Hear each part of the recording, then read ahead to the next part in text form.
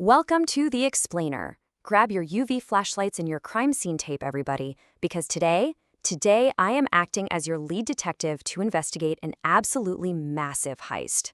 We are opening up a brand new case file, and I call this one the failing high tariff question. We're looking into the case of the missing marks in Cambridge AS and A-level mathematics, specifically syllabus 9709, focusing heavily on differentiation.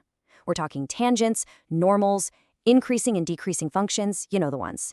These are the high tariff questions where so many candidates literally hemorrhage points. Now, to help me work this case, I've brought on two rookie forensics agents. We'll call them Agent Alex and Agent Sam. Now, Alex is completely obsessed with leaving loose footprints. Just dropping random facts on the page and hoping something sticks. Sam, on the other hand, is obsessed with vague theories, dusting the crime scene with generic statements that don't actually solve the case.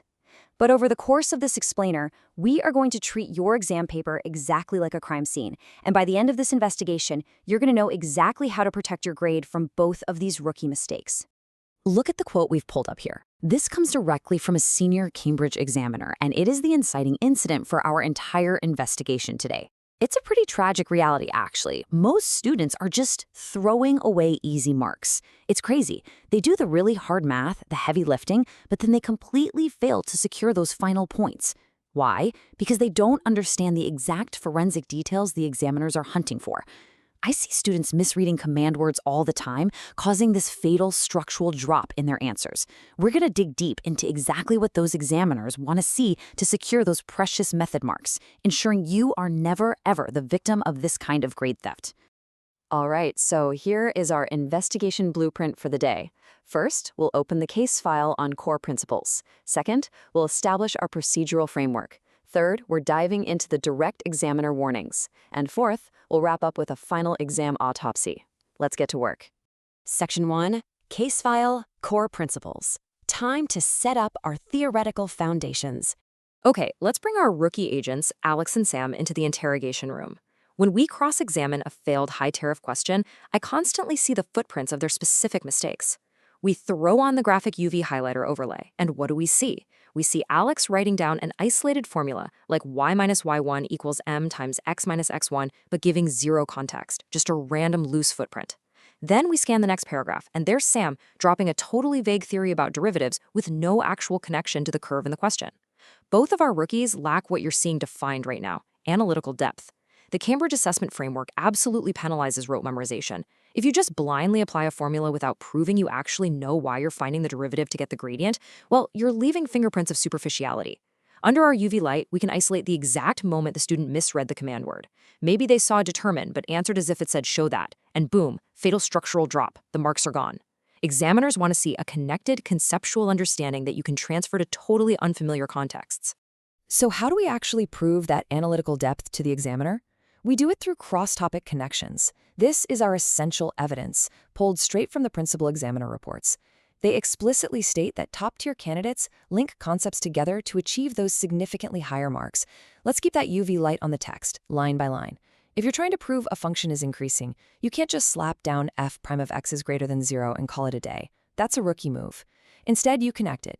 You show how completing the square on that derivative mathematically guarantees it's always positive, regardless of what x value you plug in. You see how that works? You are integrating your knowledge across the entire syllabus. This proves to the examiner that you are a master detective of the whole mathematical landscape, not just a beat cop walking a single street. Section 2, the procedural framework. The theory is locked in, so let's move to phase 2.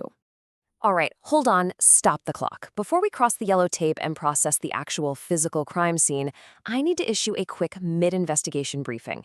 To ensure you never miss out on our weekly forensic investigation breakthroughs, and so you can always outsmart those examiners, you need to subscribe to Ace the Exams right now. Find us at the handle Ace the Exams, hit that subscribe button, and turn on all your notifications. You want to be armed with the latest exam cracking intelligence every single week.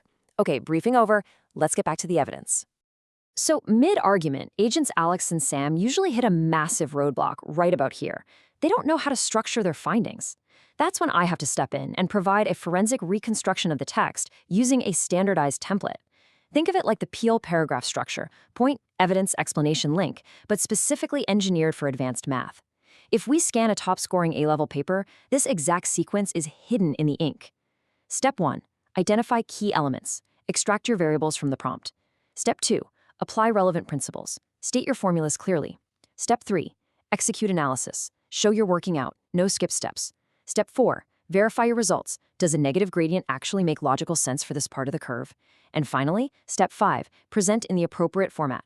Look, if you skip any of these steps, you completely break the chain of custody, and your marks are instantly thrown out of court. It's really that simple. Section 3. The evidence. Examiner warnings. Let's look at the top 3 mistakes. Welcome to the live forensic workshop part of the explainer. We're opening the vault of principal examiner reports to examine the exact scenes where students fatally dropped the ball. I want you to imagine a 60-second visual timer ticking down on your screen right now. Your challenge? Locate the critical trend variable across these 3 prime suspects for grade theft. 3, 2, 1, go. Number 1, vague answers. You find the derivative, but you completely fail to state that it represents the gradient of the tangent. Number 2, formatting failures. You do the calculus perfectly, but leave your normal equation in a totally chaotic format instead of the standard ax plus by plus c equals 0. And number 3, the absolute most lethal mistake, answers not specific to context. This is our rookie agent Sam again, stating a generic mathematical rule without actually tying it to the specific coordinates provided in the dataset. Did you spot the trend? The trend is a lack of precision. All right, challenge number 2 for you. We have a flawed student snippet, and you need to pinpoint the technical mistakes that completely killed the grade. On the left side of the screen, we have a generic, isolated statement.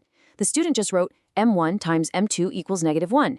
Now, technically, yes, that is a true mathematical formula for perpendicular lines, but isolated on the page like that, it loses the case entirely. It's a loose footprint. Now look over to the right. This is our newly engineered full-mark piece of evidence. It explicitly writes out gradient of normal equals -1 divided by the gradient of tangent at x equals 2. Do you see the difference? It names the exact variables. It references the specific coordinates. It justifies the calculation. This highly specific, contextualized application is the exact level of detail that forces the examiner to hand over full method and accuracy marks. And that interactive challenge brilliantly highlights our major examiner alert. The classic, most preventable mistake is providing generic answers. I literally cannot stress this enough, detectives. Actually, scratch that, I'm going to say it twice. If your answer isn't firmly attached to the specific context of the dataset, they will withhold your marks. If your answer isn't firmly attached to the specific context of the dataset, they will withhold your marks. Every point you make, every derivative you calculate, has to link back to the scenario. If you're arguing a function is decreasing, it has to be because of the specific nature of the curve provided. Not just because, hey, derivatives less than 0 mean decreasing. Context is king in the Cambridge exam room. Section 4, the final exam autopsy. Let's bring it all together. Step into the lab with me for a complete forensic reconstruction. How do you actually guarantee top-tier marks when the pressure is on and the clock is ticking? You use this brilliantly engineered exam protection checklist. We break it down into 3 distinct phases: deconstruct, solve, and evaluate. First, deconstruct.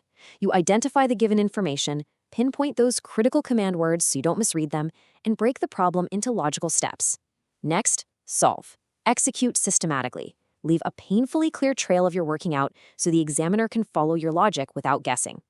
Finally, evaluate. Check your final answer for reasonableness. Justify it based on the math. Look, agents Alex and Sam have finally learned to read this newly engineered full-mark structure. By deploying this deconstruct, solve, evaluate framework, you are feeding the examiners the exact evaluative thinking and justified reasoning they are hunting for. To lock all of this forensic methodology into your brain, I highly recommend using a memory hack, the visual story method. Encode your differentiation concepts as a literal narrative. Picture the mathematical curve as a physical landscape. The tangent is a wooden plank resting perfectly balanced on a hill. The normal is a spear piercing straight through that plank at a perfect 90-degree angle. Visualizing your working out as a physical story doesn't just help you remember the steps, it forces you to write a logical step-by-step narrative on the page. It leads the examiner directly down the path to the undeniable truth of your conclusion. Detective, our investigation is coming to a close, and I leave you with this final, provocative thought. Will your next math paper survive a forensic examiner's cross-examination? Will your working out hold up in the highest court of Cambridge? Take a hard look at your own study methods with everything we've uncovered in the lab today.